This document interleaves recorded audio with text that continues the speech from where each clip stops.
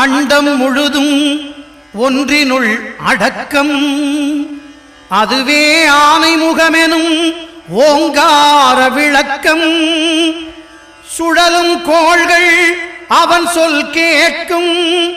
அவனை தொழுதால் போதும் நல்லதே நடக்கும். ஆனைமுகனை தொழுதால் நவக்கிரகங்களும் மகிழும். நல்லதே நடக்கும், நல்லதே நடக்கும்.